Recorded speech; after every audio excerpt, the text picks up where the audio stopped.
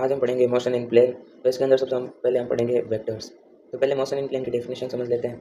If a particle is moving in 2 और 3 dimensions then the motion is known as motion in plane.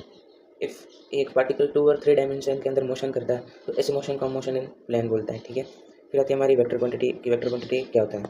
These physical quantities which only have magnitude but not have direction. ऐसी physical quantity उनके पास only magnitude होता है, direction नहीं होती। ऐसे type के quantities को हम स्केलर क्वांटिटी कहते हैं। ठीक है, for example distance, speed, mass, temperature etcetera, ये सब स्केलर क्वांटिटी के एग्जांपल्स हैं। आगे हम पढ़ते हैं vector quantities. The physical quantities which has magnitude as well as direction is known as vector quantity. इसके एग्जांपल है displacement, velocity, acceleration, force etcetera. Vector ही हम पढ़ेंगे इस चैप्टर में वाली क्वांटिटी। तो रिप्रेजेंट कैसे करते हैं वेक्टर को वो देखते हैं। रिप्रेजेंटेशन ऑफ वेक्टर देखते हैं। Any given vector in 3 dimension can be written as, ऐसे लिख सकते हैं हम। कैसे? आर के ऊपर एरो, ठीक है, फिर ए, फिर ये कैप, कैप कहते हैं इसको, plus B J cap plus C K cap, ये ऐसे कर सकते हैं। ठीक है, वहाँ पर ए बी और सी है ना, उनको हम स्केलर कंपोनेंट कह सकते हैं गिवन वेक्टर के।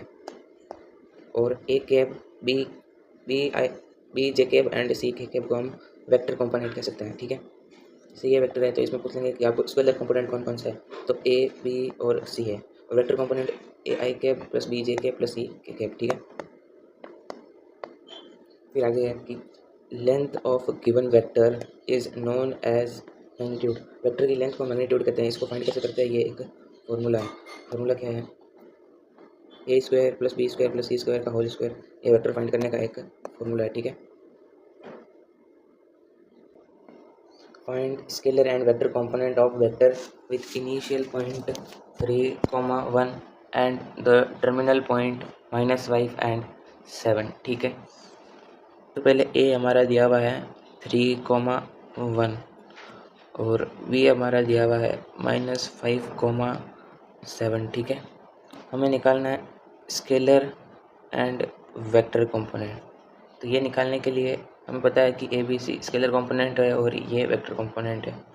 ठीक है, तो इसके अंदर पहले तो हम वेक्टर बना देते हैं। वेक्टर कैसे बनेगा वो बताता हूँ। ए बी वेक्टर, ठीक है, इसको इससे माइनस करेंगे तो -5 -3, ये एक वेक्टर बन गया आई कैप, प्लस ये इसको इससे करेंगे 7 -1, ये जे कैप, और के कैप हमें गिवन नहीं है तो यही करते हैं। ठीक है, ए बी वेक्टर, तो ये आ गया हमारा 8 जे कैप। ठीक है, प्लस यहाँ पर हमारा क्या 6 जे कैप, तो हमारा वेक्टर बन गया 8 आई कैप प्लस 6 जे कैप। अब इसके हम स्केलर कंपोनेंट्स निकालते हैं तो एक्स और वाई मतलब ए और बी। ए कितना है 8, बी कितना है 6। यहाँ पर देखो स्केलर कंपोनेंट के अंदर ए और बी और सी फाइंड करते हैं। ये हमारे पास नहीं है तो ये स्केलर कंपोनेंट आगे। वेक्टर कंपोनेंट कैसे फाइंड करेंगे? 8 आई कैप एंड यहाँ पर -8 है। ठीक है, -8 आई कैप एंड 6 जे कैप, ये हमारे वेक्टर कंपोनेंट है। क्वेश्चन यहाँ तक। अगला क्वेश्चन है हमारा यहाँ पर ए बी और सी तीनों दिए हुए हैं। यहाँ पर भी ए बी और सी तीनों दिए हुए हैं। तो हमारा इनिशियल पॉइंट हमने लिख लिया, ये फाइनल पॉइंट टर्मिनल पॉइंट ये लिख लिया। ठीक है, फिर हम पहले वेक्टर फाइंड करेंगे। तो वेक्टर फाइंड करने के लिए हमारा एक फॉर्मूला है, ये मैंने आपको पढ़ाया नहीं, मैंने डायरेक्ट ही बता दिया। तो ऐसे करके हम इसका वेक्टर निकाल लेंगे। ठीक है, वेक्टर निकालने के तो हमारा वेक्टर ये आ जाएगा। ठीक है, तो इसका स्केलर कंपोनेंट ए बी और सी है। ठीक है, स्केलर कंपोनेंट ये आ गया। वेक्टर कंपोनेंट है हमारे -3 जे कैप प्लस -7 के कैप थे, वेक्टर कंपोनेंट आ गया। फिर हम इसका मैग्नीट्यूड निकालेंगे। मैग्नीट्यूड कैसे निकालते हैं? A square plus B square plus C square का होल क्यूब। ठीक है, तो हमारा वेक्टर आएगा, इनके कंपोनेंट्स को हम स्क्वायर करेंगे।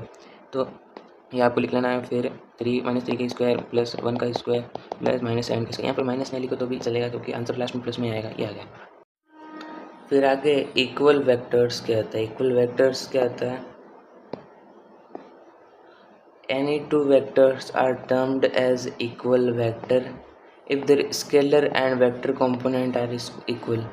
यदि उनके स्केलर और वेक्टर कंपोनेंट इक्वल है तो उनको हम इक्वल वेक्टर बोलेंगे। ठीक है, हमारा क्वेश्चन है हमारा एक find the value of x y and z so that vector a दिया हुआ है, ठीक है। वेक्टर ए क्या दिया हुआ है, X I cap plus 2j cap plus Z K cap, and vector B दिया हुआ है हमारा 2i cap plus Y J cap plus K cap are equal है, यहाँ पर लिखा हुआ है आर इक्वल। तो हमें ए बी सी और फाइंड करनी है वैल्यू, ठीक है। तो हम पहले वेक्टर लिख लेंगे, फिर x 2 के इक्वल है, y 2 के इक्वल है और z के इक्वल है, तो हम ऐसे लिख लेंगे हमारा आंसर। ये क्वेश्चन हो गया। अगला क्वेश्चन देखते हैं, इसमें भी x y z की वैल्यू फाइंड करनी है, ए और बी वेक्टर दिया हुआ है, ये दिया हुआ है, ठीक है। तो हम 2x इज इक्वल टू 4 लिखेंगे पहला वाला, फिर -3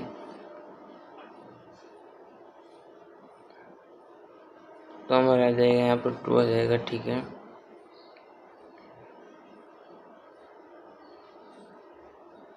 यहाँ पर हम लिखेंगे तो इसका -3 आ जाएगा और इसको वो आ जाएगा, ठीक है।